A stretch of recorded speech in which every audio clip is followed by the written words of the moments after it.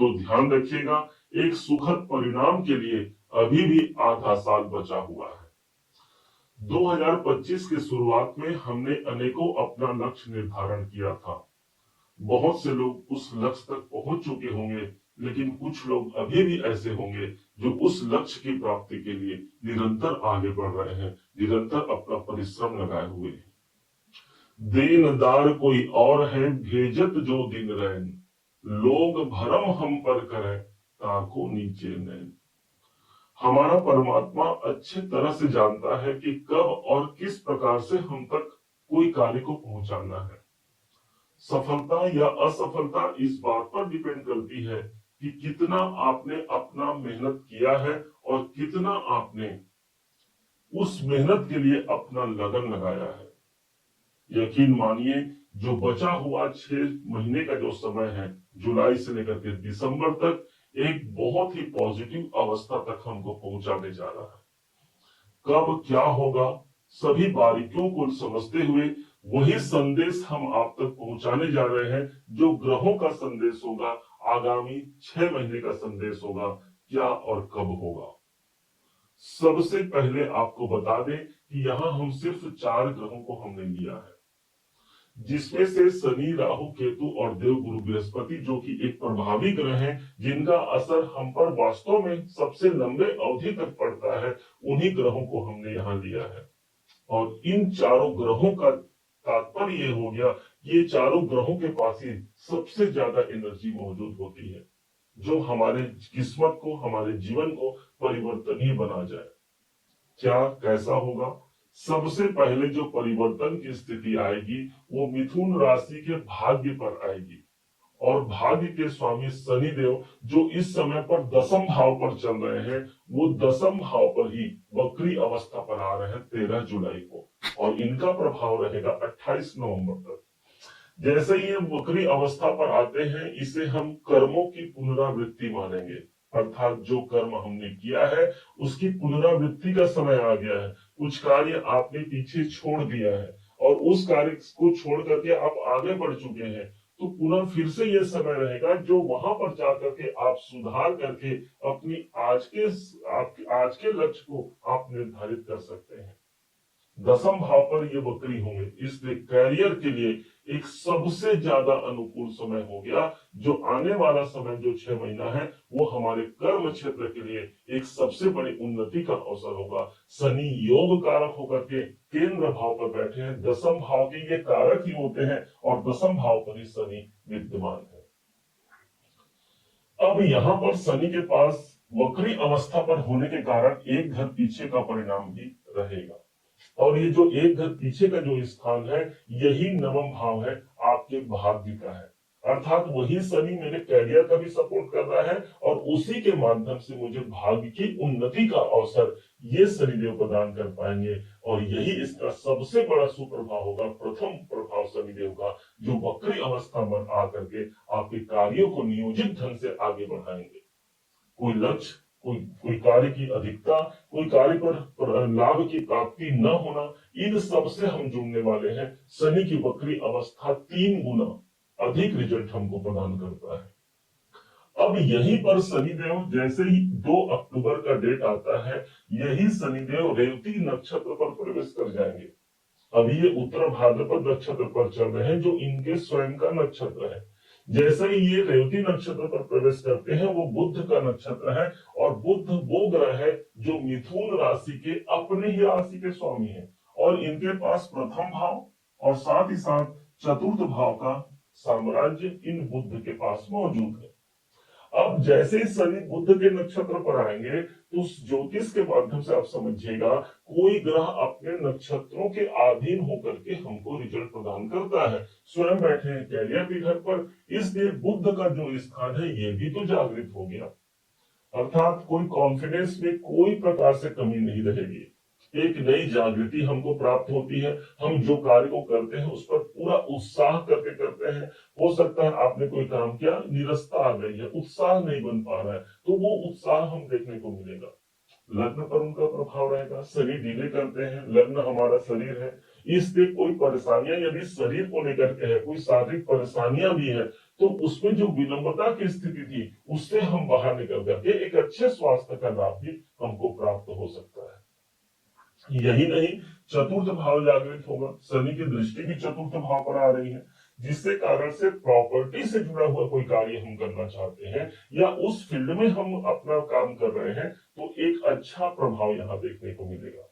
शनि को कंस्ट्रक्शन का कारक माना गया है और बुध के नक्षत्र पर होकर के उनकी दृष्टि का होकर के कोई नवीन कार्य खास करके प्रॉपर्टी को लेकर के यदि आपकी योजना है तो इस समय पर सबसे ज्यादा मजबूती से वो होगा। अब आते हैं अगले ग्रह की ओर और वो ग्रह है देवगुरु बृहस्पति, जिसे हम ईश्वर का पर्याय मानते हैं, जिसे हम भाग्य का पर्याय मानते हैं। गुरु का जो प्रभाव रहेगा आपके अपने राशि मिथुन राशि पर ही गुरुदेव चल रहे हैं। अब इनका प्रभाव चेंज होने वाला है और वो डेट आएगा ठीक 18 अक्टूबर से लेकर के 5 दिसंबर तक।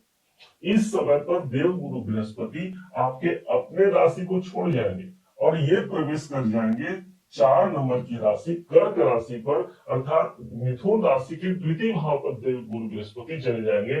और द्वितीय भाव जो होता है आपके धन का होता है, आपकी समृद्धि का होता है, यही स्थान आपके स्पीच का है।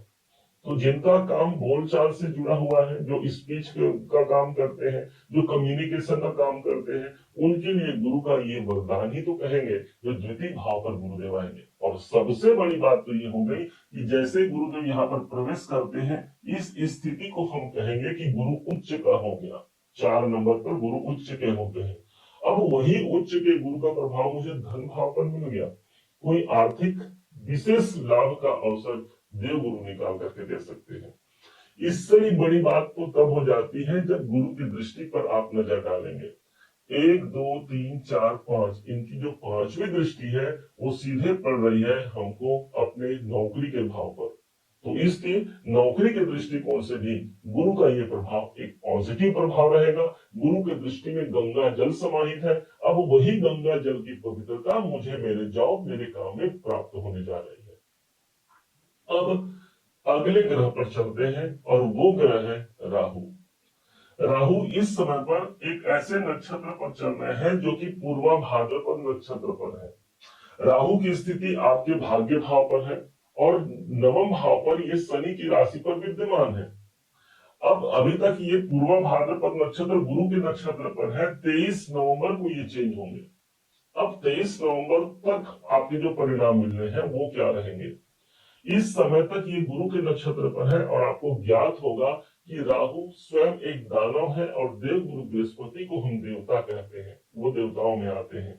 इसलिए राहु के पास वो सुखद अनुभूति नहीं है क्योंकि उन जिस नक्षत्र पर है वो उनके मित्र का नक्षत्र नहीं है, जिसके कारण से हो सकता है कि यदि हमने भाग्य उन्नति में बाधा देखा है तो एक नए भाग्य की जागृति के लिए 23 नवंबर से भी हमारा भाग्य सपोर्ट करेगा।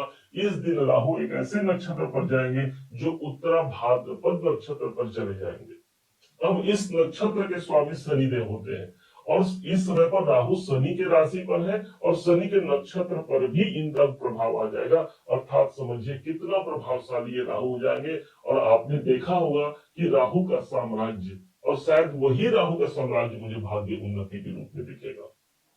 भाग्य में कोई रुकावट है, कोई बाधा है तो हम उससे बाहर निकल पाते हैं। यही राहु एक शुभ परिणाम के रूप में हमको प्राप्त होगा। अब एक और ग्रह बच गया और वो ग्रह है केतु। केतु इस समय पर आपके तीसरे घर पर चल रहे हैं और ये स्थान है हमारे साहस का।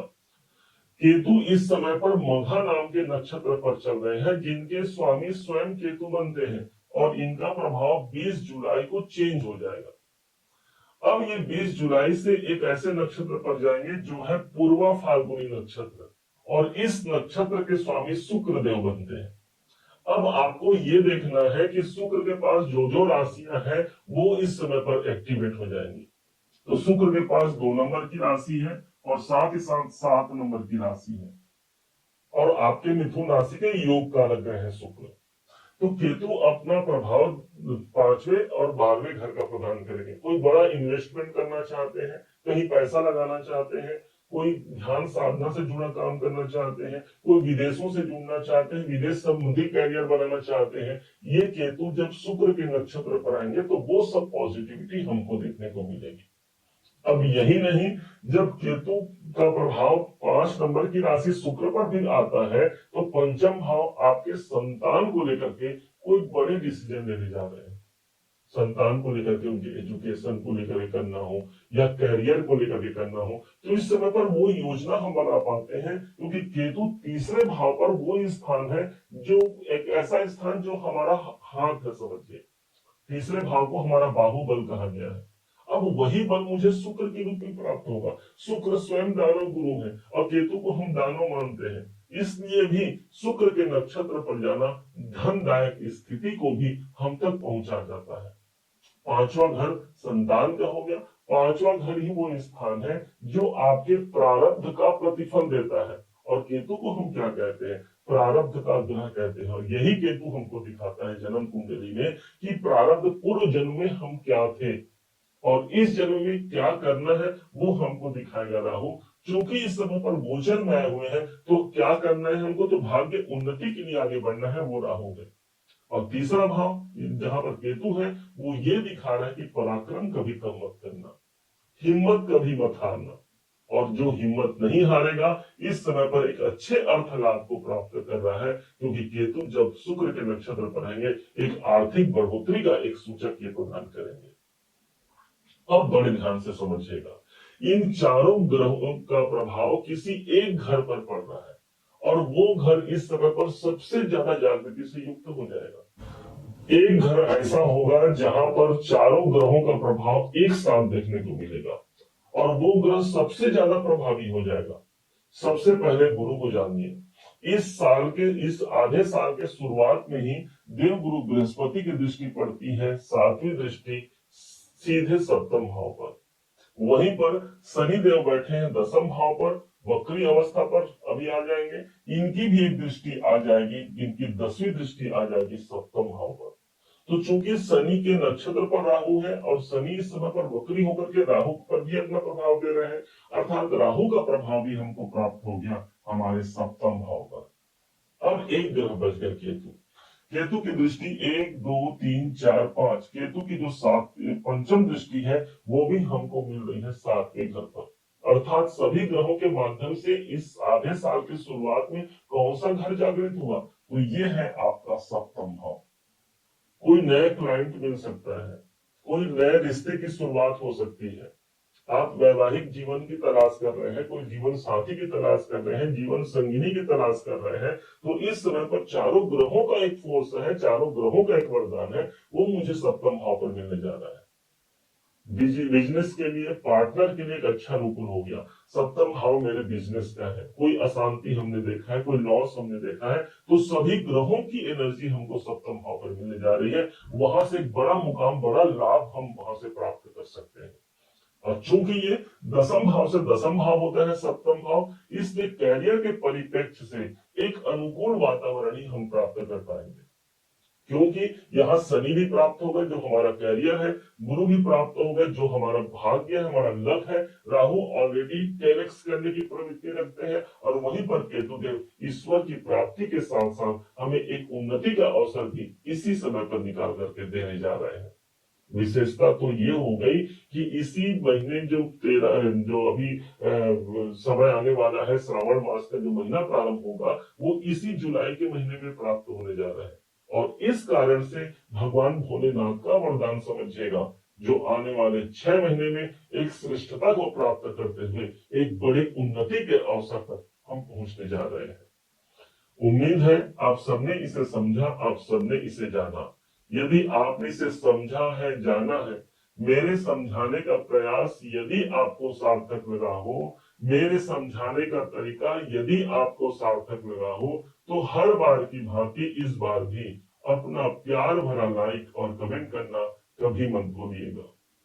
और हाँ, यदि अभी तक आपने चैनल को सब्सक्राइब नहीं किया है, सब्सक्राइब जरूर कीजिएगा। पुनः एक बार फिर आप सभी का दिवस बहुत मंगलमय हो, इन्हीं शुभकामनाओं के साथ जय श्री राम।